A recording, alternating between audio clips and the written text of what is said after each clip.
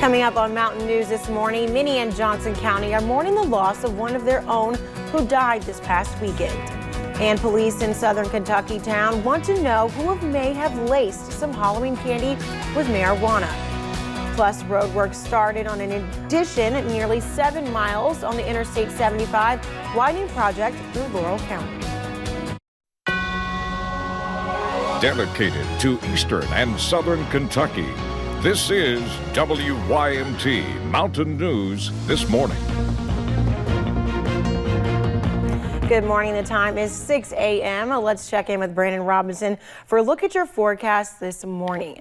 Brandon, it feels pretty good. I had my coffee this morning. I was ready and amped up, and it felt nice outside. Yeah, it's not too bad. It's a little bit warmer than it was this time yesterday morning, but it is still chilly in those valleys, and some frost is possible. So give yourself some time to get those cars warmed up. I had some frost on mine, but not as bad as yesterday. Let's take a look at current conditions on the satellite and radar, and you can see the last few hours that rain trying to drift in, going through parts of central and northern Kentucky now, but eventually will drift into parts of the I-64 Mountain Parkway corridor. Everybody else, though, for the most part, pretty clear this morning. Some fog, patchy dense fog around early today. 7 miles of visibility at Harlan and Middlesboro, 8 in London. Temperatures again 30s in the valleys, although Somerset and Monticello have warmed up just a little bit into the low 40s there, and then those ridges into the mid to upper 40s across the Kentucky River and the Big Sandy. 57 today, a small chance for a passing shower or two to the north. Frost gives way to sun and clouds, and the headlines as we head deeper into the week. A beautiful Wednesday is ahead tomorrow, but another cold front will affect us as we head deeper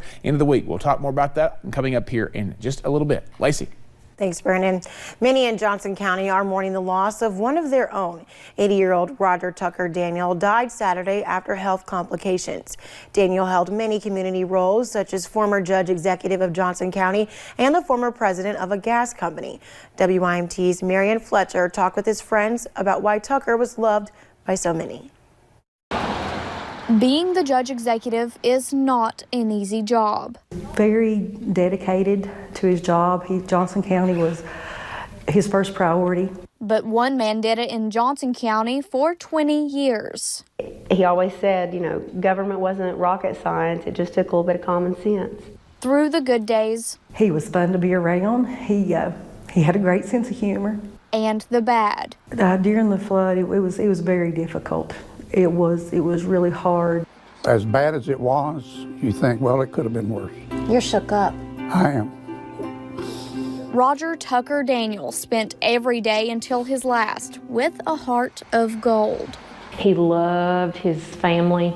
His grandchildren were his life. We spent a lot of personal time together. A family man, except his family consisted of everyone he met. Everybody was Tucker's family. And he loved his family, he loved the staff. He treated us like family. Tucker took his last breath on Saturday. I'm gonna miss you, Tucker. But his everlasting love for this community will continue growing. To bring dollars back to those communities to help improve the quality of life of the people in eastern Kentucky. He was such a force, and it's difficult to believe that he's gone. Leaving behind a legacy of love and laughter. In Johnson County, Marianne Fletcher, WYMT Mountain News.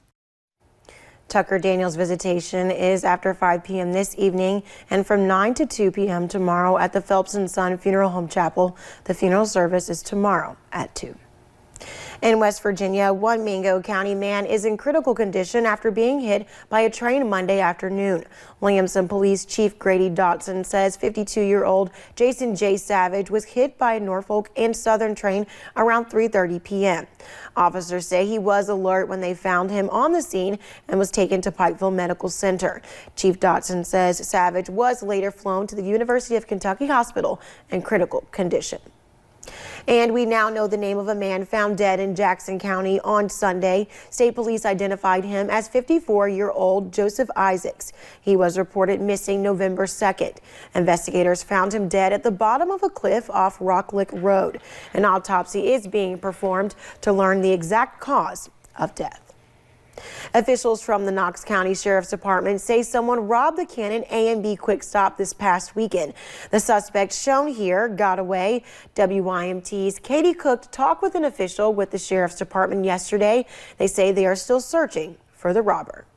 The robbery happened around 5:30 Sunday morning. The guy had a mask, a hat, and a hoodie on. You couldn't make his face out. You could just see his eyes. Police believe the person in this picture stole $3,000. The store clerk done what I would have done. You're out in an area like that. With the store being out in the county, it can take longer for law enforcement to arrive. It's kind of out in sort of a secluded area. The manager of a different 24-hour convenience store nearby says she has not faced a robbery in her many years of working. It's never safe. You never know. But you just have to take precautions, tell your workers to watch out for each other. Because in that situation, there is not much you can do. If they come and want the money, you have to give it to them. It's not worth your life. And as for the robbery at the A&B Quick Stop, officials say a getaway car was parked nearby. They actually parked the vehicle in the neighboring driveway. And they are still working to identify the suspect. With marijuana. Parents say when their children opened candy after trick-or-treating Saturday night in Williamsburg neighborhood, it smelled of marijuana.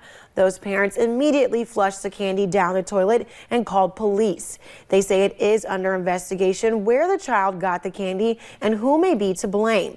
Police say they believe it is an isolated incident and they received no other complaints, but they do encourage all parents to check their children's candy. Because you never know. These day and times, it's sad. I mean, it's really sad to even think that something like that would happen. The mayor says reports they received of laced candy being sold at one of their discount stores was proven to be false. If you have traveled through London on Interstate 75 recently, then you notice the construction work being done to expand the road to 6 lanes.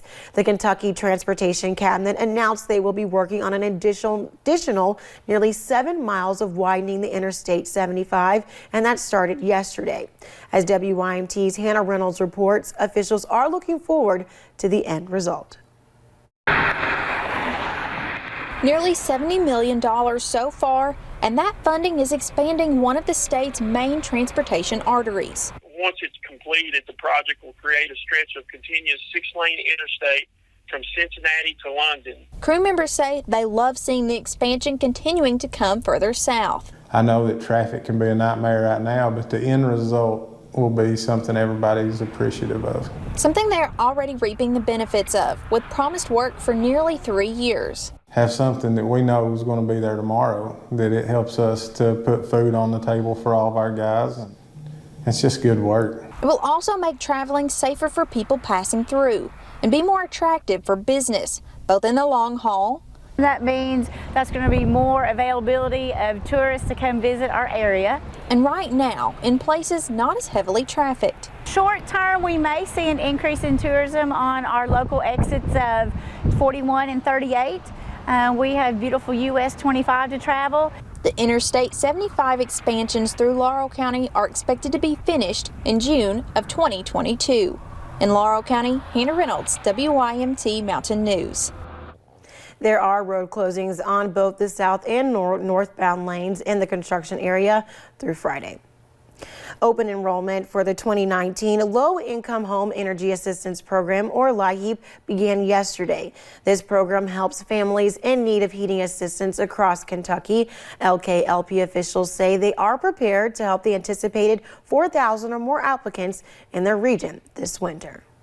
I don't think anyone really understands exactly how many people this helps and how many homes are kept warm each winter because of this. Everyone that meets the eligibility requirements will receive a benefit in the form of a voucher. LKLP anticipates more than 4,000 applicants. Enrollment ends on December 13th.